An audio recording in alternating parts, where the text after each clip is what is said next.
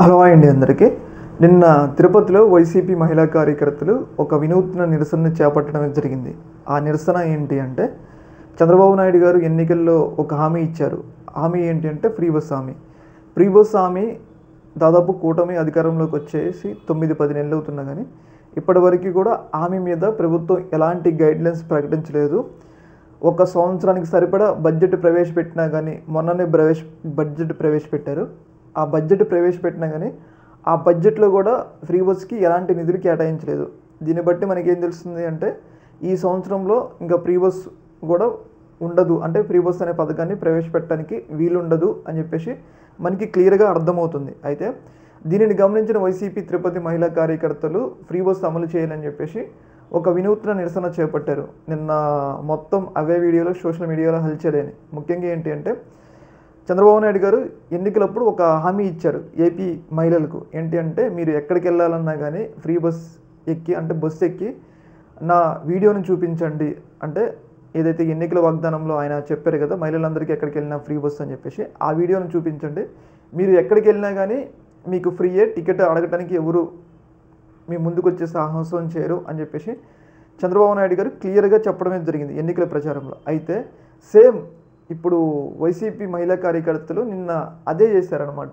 Bus ఎక్కి చంద్రబాబు నాయుడు గారు ఎన్నికల్లో ఏ హామీ అయితే ఇచ్చారో, మహిళలకు ఫ్రీ బస్ హామీ ఇచ్చారు, మీరు ఎక్కడికి వెళ్ళినా కానీ నా పేరు చెప్పండి, మీరు ఎక్కడికి వెళ్ళినా ఫ్రీ అని చెప్పేసి చంద్రబాబు నాయుడు గారు ఏ హామీ అయితే ఇచ్చారో ఆ హామీకి అనుగుణంగా వాళ్ళు సేమ్ చంద్రబాబు నాయుడు గారి వీడియోని ప్లే చేయడమే జరిగింది. అయితే దీని మీద ప్రభుత్వం వాళ్ళ మీద కేసులు అయితే నమోదు చేసింది. ముఖ్యంగా కండక్టర్ ఇచ్చిన ఫిర్యాదుతో వీళ్ళు కండక్టర్ విధులకి ఆటంకం కలిగించారు అని చెప్పేసి దాదాపు 32 మంది మీద కేసులు అయితే నమోదు చేయడం జరిగింది, 32 మంది మహిళా కార్యకర్తల మీద. అయితే యాక్చువల్లీ ఇది చాలా దారుణమైన విషయం. ఎందుకు అంటే, ప్రభుత్వం ఎన్నికలప్పుడు హామీ ఇచ్చి దాదాపు ఒక సంవత్సరం అవుతున్నా, అలాగే ఇంకొక సంవత్సరానికి సరిపడా బడ్జెట్ ప్రవేశపెట్టిన ఆ పథకం ఇప్పటివరకు అమలుకు నోచుకోవట్ల. అదే వినూత్న నిరసన చేపట్టి ఇలా అడిగినందుకు వాళ్ళ మీద దాదాపు 32 మంది మీద కేసులు నమోదు చేయడం చాలా దారుణమైన విషయం.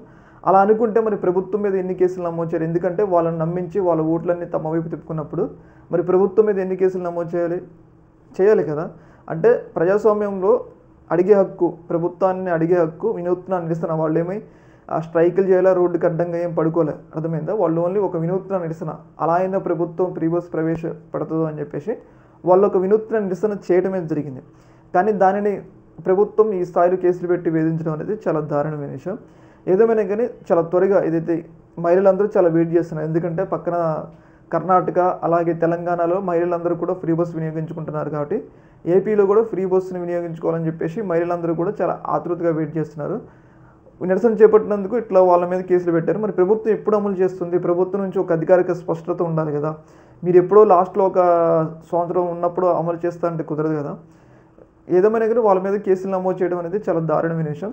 అలాగే ఇక్కడ ఇంకొక వాదన ఏంటి అంటే, చాలామంది ఫ్రీ బస్ ప్రవేశపెడితే ప్రభుత్వానికి ఆర్థికంగా నష్టం వస్తుంది, బస్సులన్నీ కూడా ఆగమైతాయి అని చెప్పేసి ఒక వాదన అయితే తీసుకొస్తున్నారు. ముఖ్యంగా ఇక్కడ ఎవరైనా క్లియర్గా ఫ్రీ బస్ వ్యతిరేకించే వాళ్ళు ఉంటే, మహిళలు ఉంటే, మీరు టికెట్ తీసుకోండి. ఇప్పుడు పేదలు అన్నోళ్ళు వాళ్ళకి దగ్గర డబ్బులు లేవు కాబట్టి వాళ్ళు ఫ్రీ బస్ వినియోగించుకుంటారు. మహిళలు మీ దగ్గర డబ్బులు ఉంటే డబ్బులు పెట్టి టికెట్ తీసుకోండి, ప్రభుత్వానికి లాభం వస్తుంది కదా.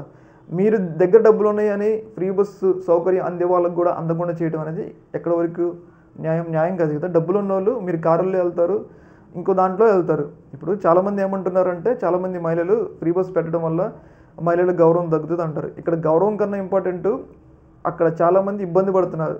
ట్రాన్స్పోర్టేషన్ సౌకర్యం లేక దాదాపు నెలకు 2-3 వేలు బస్సులకే ఖర్చు పెట్టి జాబులు చేస్తున్న వాళ్ళు ఉన్నారు. వాళ్ళకి చాలా యూజ్ అవుతుంది. మీరు డబ్బులు ఉన్న వాళ్ళు ఏమైతే ఒకవేళ ఫ్రీ బస్సు ఎక్కితే మీరు టికెట్ తీసుకోండి, ఎలాంటి ప్రాబ్లం అయితే ఉండదు కదా.